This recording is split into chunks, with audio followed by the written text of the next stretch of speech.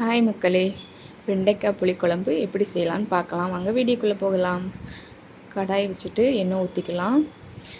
இந்த மாதிரி நீல வாக்கில் கட் பண்ணி வச்சுருக்கிறேன் வெண்டைக்காவை சேர்த்துக்கலாம். சேர்த்துட்டு ஃப்ரை பண்ணி தனியாக எடுத்து வச்சுக்கோங்க ஒரு பாத்திரத்தில். இப்போ அதே கடாயில் எண்ணெய் சேர்த்துட்டு கடுகு, ஜீரகம், வெந்தயம் சேர்த்துருக்கேன். பொரிஞ்சதுக்கு அப்புறமா ஒரு 10 பல் பூண்டு, ஒரு 15 சின்ன வெங்காயம் எடுத்து கட் பண்ணி வச்சுருக்கேன், அதை சேர்த்துக்கலாம்.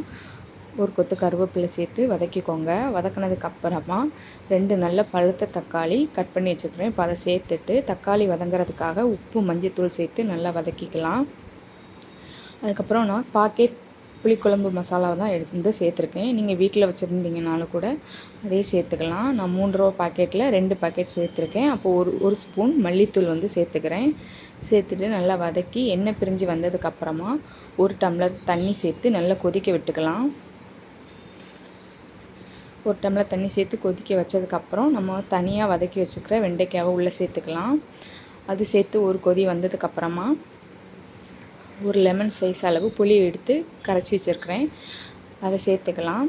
சேர்த்துட்டு ஒரு 5 நிமிஷம் கொதிக்க விடுங்க. நல்லா வெண்டைக்காவும் சேர்த்து நல்லா அதோடு சேர்ந்து மிக்ஸ் ஆகி சூப்பராக நல்ல கமகமன்னு வாசனை வரும். அதுக்கப்புறமா லாஸ்ட்டாக கொஞ்சமாக வெல்லம் சேர்த்து இறக்குனிங்கன்னா சுவையான புளிக்குழம்பு ரெடி ஆயிரும்.